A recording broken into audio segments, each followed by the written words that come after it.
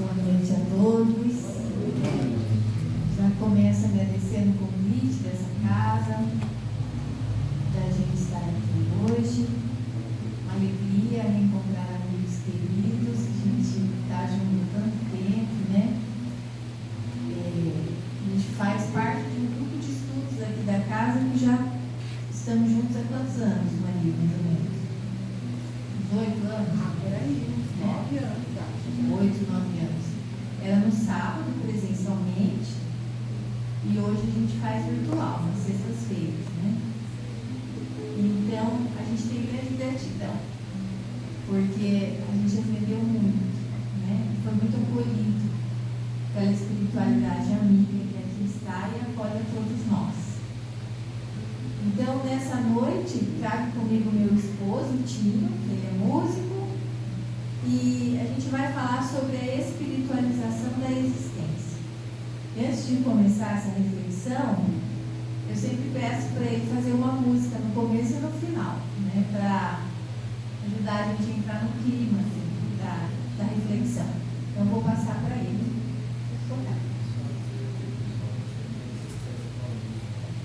Não precisa aplaudir depois da música, viu? Porque a música aqui tem o objetivo de acalmar, equilibrar, né, trazer um ambiente mais reflexivo.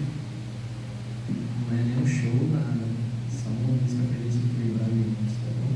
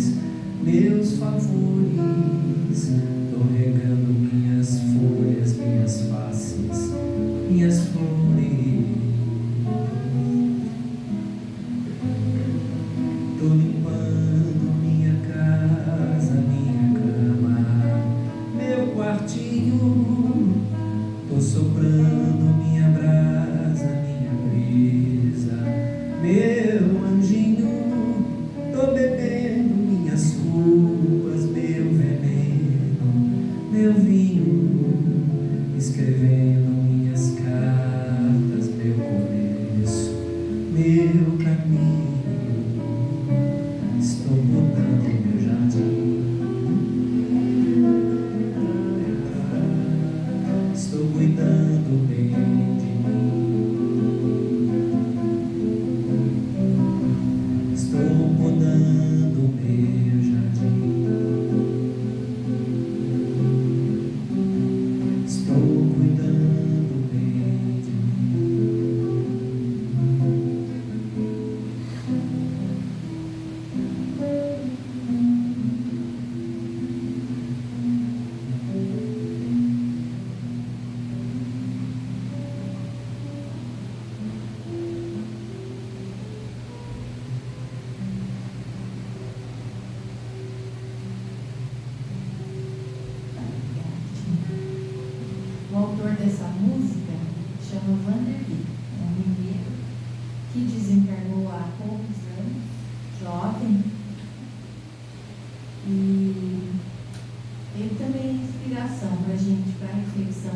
noite sobre a espiritualização da existência, né?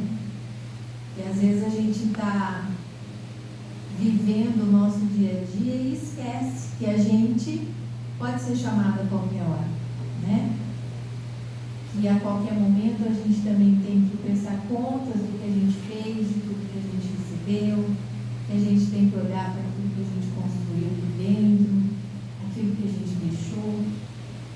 Então, a espiritualização da existência fala um pouco dessa trajetória nossa, né? Do quanto que a gente cuida do nosso jardim interior, do quanto a gente cuida da nossa vida enquanto a gente está aqui, o quanto a gente tem prestado atenção em nós mesmos, né? E a gente, para fazer essa reflexão, a gente foi buscar também uma parábola de Jesus, né?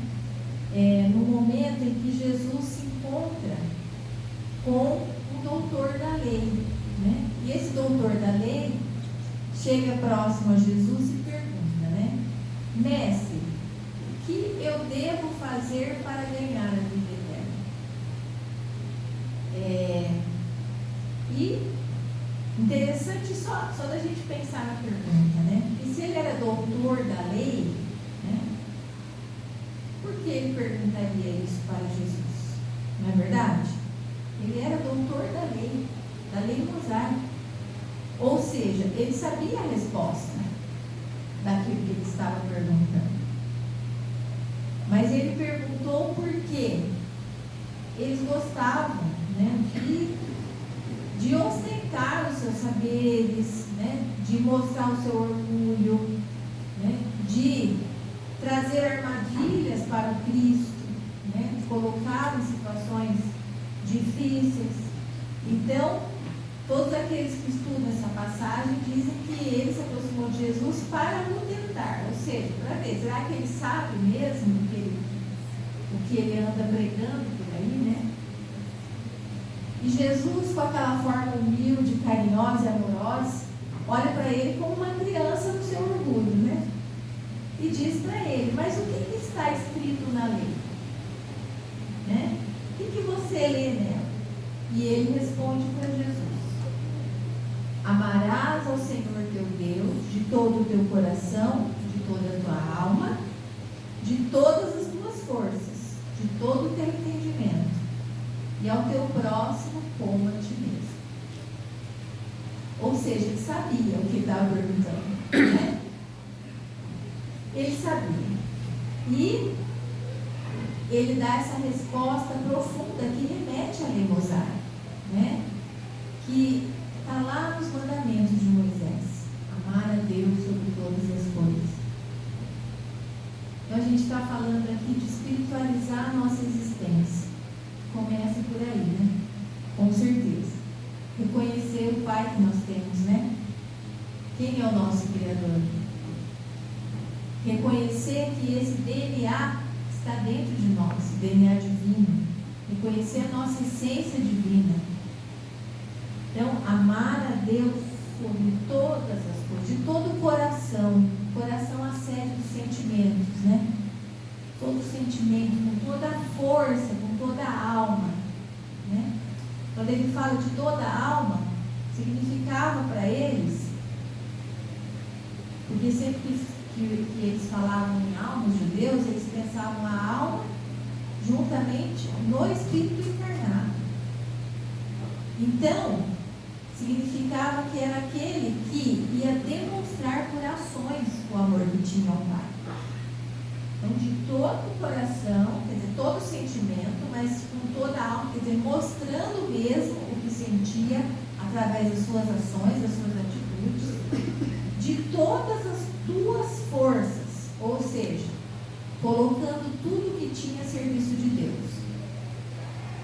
Tudo a serviço de Deus significava colocar. O Espiritismo explica para nós que nós não possuímos nada, né? Só o que a gente constrói dentro de nós, que é o que a gente leva. E que nós fazemos usufruto daquilo que Deus permitiu que nós fizéssemos uso na reencarnação. Então, a inteligência é um usufruto, o corpo físico que eu tenho agora é um usufruto, né? A família, casa, o trabalho, é tudo do fruto. Para quê? Para que Deus permitiu que chegasse às minhas mãos tudo isso? Minha inteligência, minha capacidade de fala, de mobilidade, para que eu possa, enquanto estou aqui, como filho de Deus que sou, honrar a esse Pai. E de que forma? Fazendo o melhor bem que pudesse, né? Agindo com caridade ao próximo, agindo de acordo com as leis divinas. Olha quanta coisa então tinha nessa resposta que esse doutor da lei deu a Jesus, né? De todo o teu entendimento, e ainda ao próximo como a ti mesmo. Está lá no Evangelho de Lucas essa fala, né? E Jesus, com todo amor, vira para ele e falou assim: respondeste muito bem, faze isso e viverás. Faze isso e viverás como? Honrando, né, a esse Pai amoroso e bom que todos temos. E só com essa frase de Jesus, com certeza ele já ficou desconcertado, né? Porque se a gente pensar na profundidade e estar ali na presença do Cristo, sendo envolvido por aquela vibração que mergulhava na pessoa e fazia a gente pensar, não dava para fugir de nós mesmos. Será que ele conseguia fazer tudo isso que essas palavras desse mandamento encerram? Então, depois de ter falado isso, né, ele vira para Jesus e ele faz mais uma pergunta. Ele se vira para Jesus e fala assim: mas quem é o meu próximo? Então já começa a abrir o seu coração. Ou seja, eu já sei ali. Quantos de nós que sabemos também, não é? Quantas coisas que a gente já sabe do Evangelho? O seu Hugo lá de Cambé, que a gente aprendeu a doutrina espírita lá em Cambé, foi a nossa primeira casa, o Centro Espírita Allan Kardec. Ele falava assim que uma semana de Evangelho, né, já nos traz muita responsabilidade. Muitas vezes, então imagina, né, nós que estamos aqui recebendo tudo isso, né, tendo acesso a todo o ensinamento que a doutrina espírita nos traz, no que aprofunda a nossa reflexão, né, faz a gente pensar na nossa vida. Então a nossa responsabilidade é grande, né? Esse doutor da lei, ele queria disfarçar, mas olha só, ele já pergunta: mas quem é o próximo, o meu próximo? Por que essa dúvida, né? Porque existiam muitas rixas na região. Por exemplo, para eles os samaritanos não deveriam ser considerados, né? Os judeus não conversavam com os samaritanos, tanto que lá na parábola, quando Jesus passa para conversar com a mulher samaritana, os próprios discípulos de Jesus ficam horrorizados, eles não queriam passar pela Samaria. Por quê? Porque os samaritanos eram mal vistos, porque eles queriam honrar a Deus de outra maneira, né? E os judeus achavam que tinha que ser em Jerusalém, né? E eles eram independentes. Existiam muitas rixas entre eles. Então, nem todo mundo era considerado próximo, nem todo mundo era considerado irmão. E para um judeu, naquela época, mais essencialmente, o irmão era aquele que era judeu, que era da família, aquele que era próximo mesmo, né? Aquele que era ali, pertinho. Então ele faz essa pergunta. Por quê? Porque ele já refletiu, né? A primeira coisa, a hora que ele emitiu, ele já olhou para si, né? E quando ele pergunta isso, o que acontece? Jesus, então, vira para ele e fala da parábola do bom samaritano, a famosa parábola do bom samaritano, para fazer ele refletir sobre quem era o próximo, né? E a gente vai lembrar aqui rapidinho dessa parábola, né? Onde Jesus diz, né, que descia de Jerusalém para Jericó um homem que caiu na mão de ladrões. Quando ele começa aqui que descia de Jerusalém para Jericó, a gente já começa com uma reflexão dessa parábola. Tudo que Jesus falou, gente, ele não falou para aquelas pessoas lá, para dar um exemplo para quem vivia exclusivamente com ele naquela época. Ele falou para a vida eterna. Tanto que tem um livro de Emmanuel, Palavras de Vida Eterna. Ele falou para nós que estamos aqui, que ainda estamos refletindo naquilo tudo que Jesus falou, nas suas parábolas, nos seus ensinamentos, e temos dificuldade de aplicar. Então Jesus fala que o homem descia de Jerusalém para Jericó. E olha que curioso, Jerusalém era a cidade santa. Como é considerada ainda? Né? Era a cidade onde se faziam as orações, onde se faziam os cultos. Era a cidade sagrada. Então o homem descia de um lugar sagrado, de um lugar elevado, e ia para Jericó. Jericó era considerada a cidade dos negócios. Era a terra, era a matéria. Então olha, ele está falando da nossa história. Você sai de uma situação mais elevada, mergulha na matéria. E muitas vezes você fica na matéria, esquecendo de onde você veio. Muito bem, ele continua lá. Que esse homem, quando desceu de Jerusalém para Jericó, caiu na mão de ladrões. E aí a gente pensa, né? Como é que ele cai nessa mão de ladrões, né? Ou seja, ele foi por uma região perigosa, estava desavisado, ele estava vulnerável. Então, toda vez que a gente fica nessa vulnerabilidade, né, a gente também pode cair na mão de ladrões. Que ladrões? Os ladrões que roubam a nossa paciência, né? Roubam a nossa coragem, né? Quantas vezes a gente não demora o nosso pensamento não é roubado, o nosso tempo e a nossa energia por situações da matéria que a gente fica ali, ó, em volta. As paixões que assolam o homem. E esse homem fica, ele é tomado por ladrões. E o que acontece então? Ele apanha, né? Ele apanha, ele é machucado, ele é roubado, né? E aí Jesus diz, né?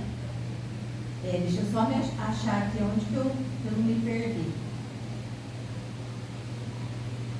Nessa descida ele é atacado por salteadores, que representa, gente, a decadência vibratória, né? A hora que a gente fica vulnerável.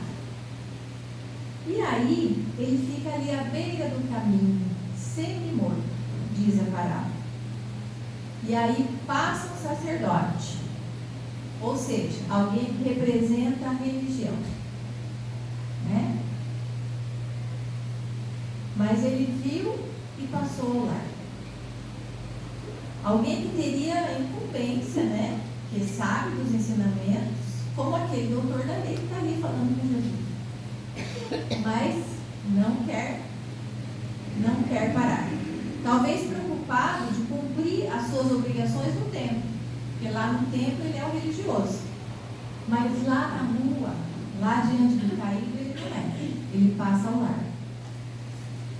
E quantos a gente não conhece assim? Que dentro do templo, dentro da igreja, dentro do centro espírita, tudo vai bem. Mas na hora que o desafio chega, às vezes no cotidiano, né? A gente às vezes foge da nossa obrigação, do nosso dever moral. E aí ele fala que também passou um levita. E um levita também era um religioso da época. Esse também viu, observou, não parou, passou ao largo. E aí Jesus diz que vem o bom samaritano, que é o nome da parábola, né? Este, ao avistar aquela pessoa caída no chão, ele para o seu cavalo, né? Aproxima aproxima-se do homem e vendo, lhe oferece então todos os cuidados, né? E aí Jesus conta que ele deitou sobre as feridas, atou-lhe as feridas, colocou nele azeite e vinho, que seriam os medicamentos da época, trata dele, coloca o homem sobre o seu animal. Então, é possível que esse homem, esse bom samaritano, tenha ido até andando, carregando o cavalo com o outro deitado sobre ele. E leva ele para uma hospedaria.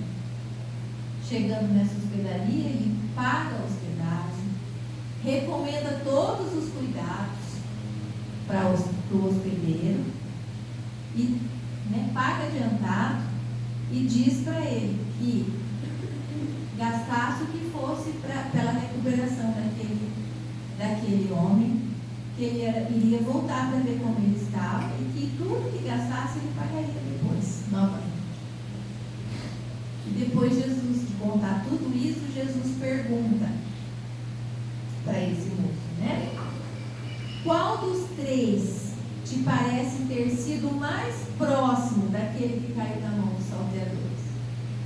Qual dos três? E o doutor da lei, ele não falou o samaritano, porque eles tinham aversão aos samaritanos. Olha só, falar isso seria até demais para ele. Então ele responde de um outro jeito, né? O que ele diz? Ele diz: aquele que foi o mais próximo, que usou misericórdia. E Jesus diz então: vai e faze tu também o mesmo. Ele fala isso para nós: vai e faze tu também o mesmo. Essa palavra de Jesus ainda está ecoando para todos nós. Ele está nos convidando: vai e faze tu também o mesmo. E então, refletindo sobre isso tudo, né, essa conversa do samaritano, sobre a parábola do bom samaritano, a gente pode pensar tantas coisas aqui, né? Isso que ele fala do próximo, né? O doutor da lei questiona quem é o próximo. Será que esse questionamento de quem é o próximo também não é um questionamento que ainda anda na cabeça da gente? Será que nós olhamos o nosso próximo como todo irmão? Será que a gente já aprendeu a fazer o bem, praticar o bem, a indulgência, o perdão das ofensas com todos de forma indistinta? Será? O primeiro próximo somos nós mesmos, sempre. Quem é o melhor amigo de nós? Somos nós. Às vezes a gente se abandona, não é?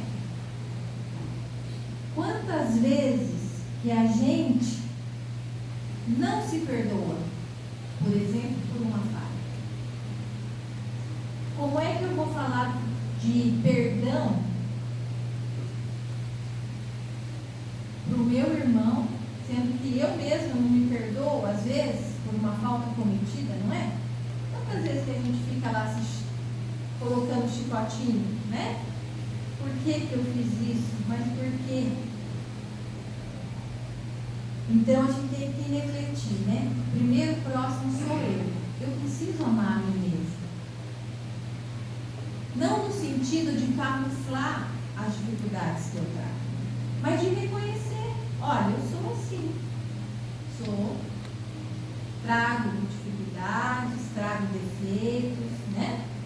Mas eu preciso reconhecer isso, me colocar de pé e buscar a renovação. Espiritualizar a minha existência, espiritualizar a minha vida. Estar apto para tomar posse dessa herança que é ser filho de Deus. Não basta só a gente saber isso, eu preciso sentir isso. Então eu não posso me deixar. Eu sou o primeiro próximo. Fazer escolhas felizes para a minha vida. Escolhas que me deixem tranquila, que eu durma tranquila à noite, que eu faça aquela revisão do dia e falar, minha consciência hoje está em paz. Hoje eu fiz o melhor que eu pude. Naquela situação, naquela outra, aquilo que chegou, eu consegui estar em ordem para atender, tive equilíbrio. Essa é a primeira coisa. O outro próximo é a nossa família. Às vezes a gente abandona aqueles que estão no nosso lar. Não é mesmo? Quantas vezes a gente enche a nossa agenda de trabalho para fugir de casa? Porque tem lá uma mulher difícil, um filho difícil, ou não sei o quê, não quer conviver com o familiar. Acontece isso com algumas pessoas. Mas aquele que Deus colocou, aquele lar que eu nasci, aquela primeira família onde eu nasci, é a família escolhida por Deus, onde eu ia aprender conteúdos essenciais para o desenvolvimento do meu espírito. Eu adquiri cada vez mais tomar posse desse tesouro, que é ser filho do Pai. Ser imortal. Me reconhecer como um espírito imortal. Então, aquela família primeira onde eu nasci é um grande compromisso e é um grande bem. Mas a família constituída também, o esposo, a esposa, os filhos, né? Esse é o meu próximo, que eu preciso amar, que eu preciso olhar com misericórdia, com compaixão. Olhar no olho, perceber a dor dele, ter paciência, ter tolerância. Então esse é o outro próximo.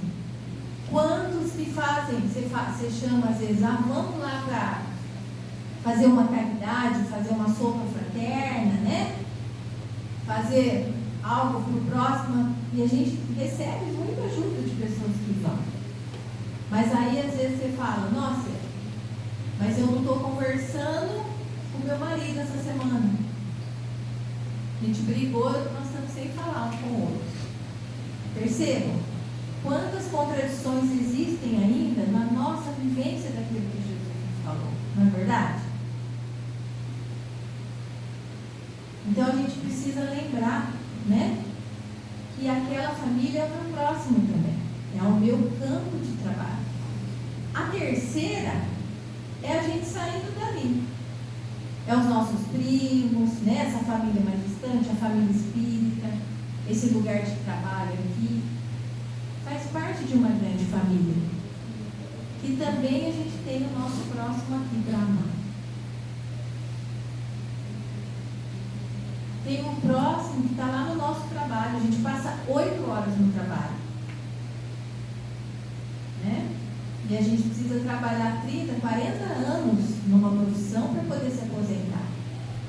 E como é que aquelas pessoas não vão ser próximas nossas?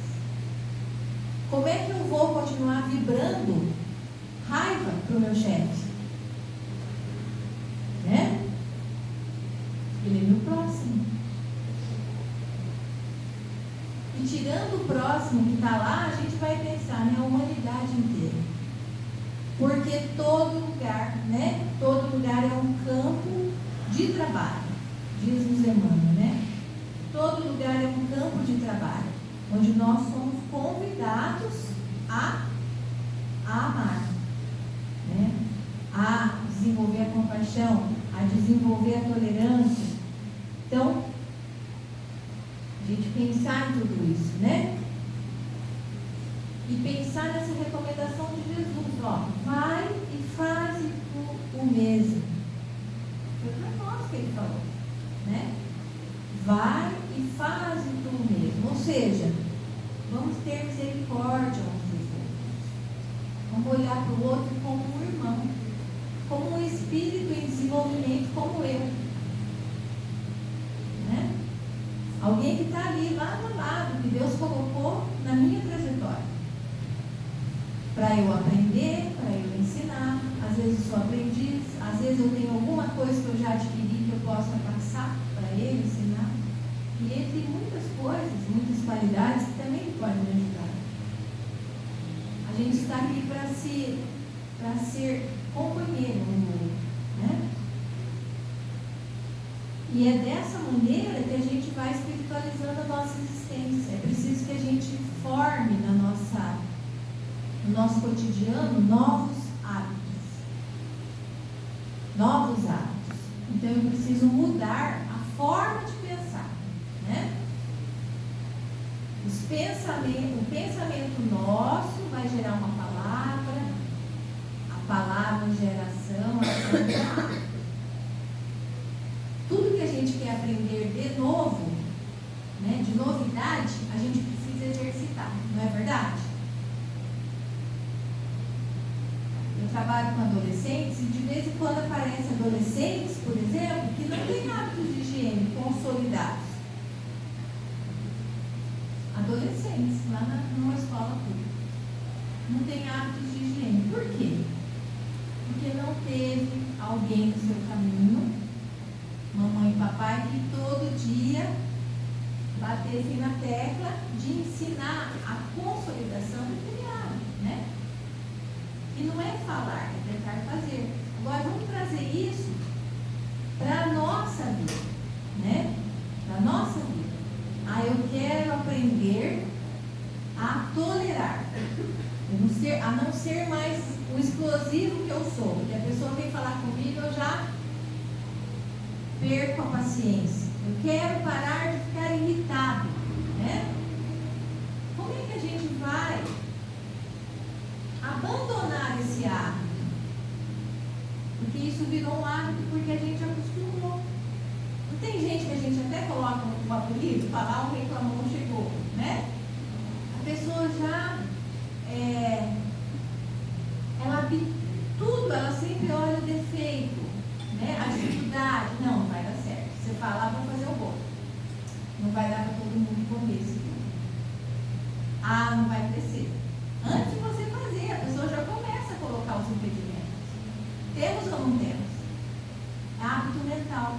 É hábito mental infeliz. O André Luiz, lá no livro Sinal Verde, ele fala desses hábitos para nós. Que a gente fica, arraigado, reencarnações e mais reencarnações, repetindo esses padrões.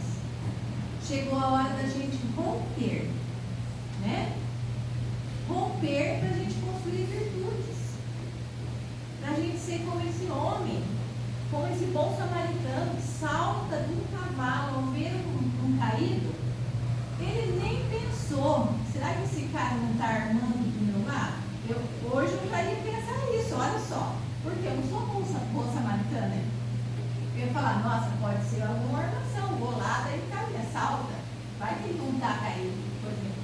O bom samaritano não pensa essas maldades, porque ele é movido pela compaixão, pelo amor. O que move ele é a compaixão, ele age pelo sentimento, não é pela razão. Não, vai que esse cara. Não, olha a hora que é.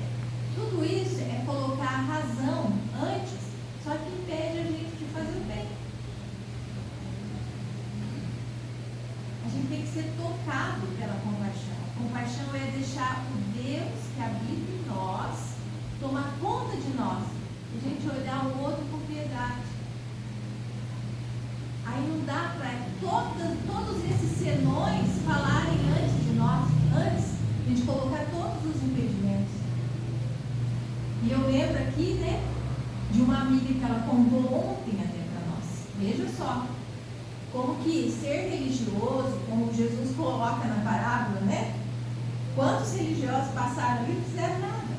E é a mesma coisa. Não importa se a gente também, mesmo sendo espírita e aprendendo tudo isso, às vezes a gente passa um largo. Então eu preciso que a gente preste atenção em nós. Essa minha amiga, ela vai na Casa da Sopa. Casa da Sopa, lá em Londrina, é uma casa que a gente oferece alimento para o pessoal que está nas ruas, de segunda a sexta, mas eu vou na segunda-feira, no dia que eu ajudo lá. E ela contando para mim, né, que ela recebeu uma grande condição de um morador de rua, né? Ela, quer dizer, então a gente vai para o trabalho, às vezes a gente pensa assim, eu estou indo lá ajudar, né? Eu estou indo numa outra posição. A gente tem que olhar dentro de nós. Às vezes, a gente está numa posição íntima mais miserável do que aquele que nós estamos assistindo. E ela disse para mim, falou assim, estava contando, né, que numa outra ocasião, era um dia frio, e chegou uma moça pedindo um agasalho, né? E ela disse assim, lá no meu carro eu tinha um agasalho, mas era uma roupa novinha que eu tinha acabado de comprar. Então a moça chegou pedindo um agasalho, e aí ela falou assim, o que passou na minha cabeça? Ela vai ganhar o agasalho agora, na primeira esquina, quando esquentar, ela vai jogar o agasalho no saco, no lixo. Ela nem vai ligar para esse agasalho meu. E ficou naquele drama, atenda ou não atenda, é igual aqueles que passaram largo lá no estado, mesma coisa. Vou lá, vou buscar o agasalho? Não vou, acho que eu não vou dar não. E não deu. Daqui a pouco, chega um outro moço pedindo um agasalho.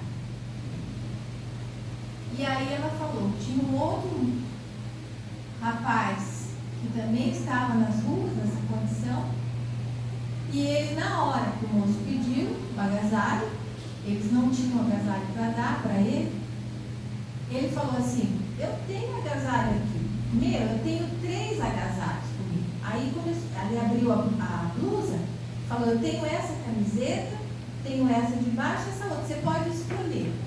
Qual você quer? Deixou o outro escolher. Qual ele queria? E aí ele tirou na hora, né, e deu para ele. Alguém que não tem absolutamente nada, que ia passar a noite na rua.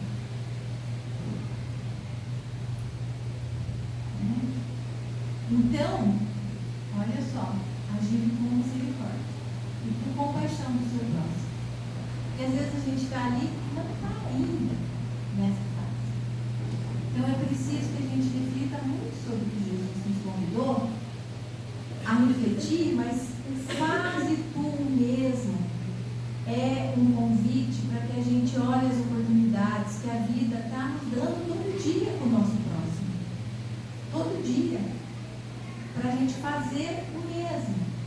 E esse fazer o mesmo significa a gente mudar esse hábito. O hábito velho de passar o largo, por exemplo. Né? Não. Dessa vez eu não vou deixar passar. Dessa vez eu vou oferecer, não tenho o agasalho, vou oferecer o quê para ele? Uma palavra? Vou oferecer uma prece? O que eu vou oferecer? Às vezes a gente acha assim, a pessoa só quer alguma coisa material. Não? Essa semana a gente foi surpreendido, porque à tarde, enquanto se faz o alimento, a gente faz lá uma oração, lê o Evangelho, e aí começou um pedindo um passe, pedindo que fizesse oração para ele e pediu um passe. Aí no outro dia, tinham 5 pedindo passe. Aí no outro dia tinham 30, chegando antes, que queriam tomar passe para que queriam oração. Então, não é, a nossa carência não é material. Nós carecemos de Jesus, nós carecemos de uma prece, de um sorriso, de um tempo, de uma conversa. A caridade se resume a tantas coisas, são muitas coisas, são tantas formas. E às vezes a gente fica aí achando, né, que é só aquilo que eu levo. Eu vou oferecer o prato de sopa, né? Mas o outro nem isso, não é isso que ele precisa oferecer. Então eu preciso estar atento a isso. Construir novos hábitos, né? Fazer todo esse esforço para tomar posse desse tesouro que está em nós. Esse tesouro da imortalidade. De viver como filhos do Pai. É isso que Jesus conta nessa parábola. É isso que Jesus, com toda essa história, responde para esse moço. Que não basta a gente saber que nós somos imortais. Nós já estamos sabendo. Mas nós não herdamos ainda o tesouro verdadeiro, que é a imortalidade.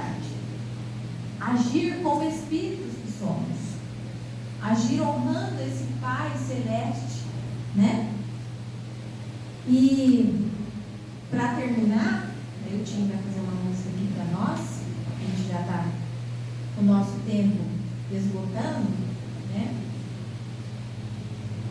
O Emmanuel fala assim, olha, que a gente precisa buscar sempre, né? Mudar os hábitos espirituais que a gente tem que construir, olha, ser fiel aos próprios deveres, ao desempenho dos deveres, fazer o melhor que pudermos, aonde a vida nos coloca, auxiliar aos outros, sem expectativa de recompensa, sem troca, auxiliar pelo prazer de auxiliar, aperfeiçoar as palavras que saem da nossa boca, desculpar incondicionalmente qualquer ofensa, nunca prejudicar quem quer que seja, buscar a boa parte de todas as pessoas, procurar o bem com vontade de realizá-lo, nunca se desesperar e sempre lembrar que todos nós somos irmãos. Eu te agradeço, o time vai fazer uma canção para nós, para a gente ir para o Pai, né? Muito obrigada pela paciência de vocês, de me ouvir.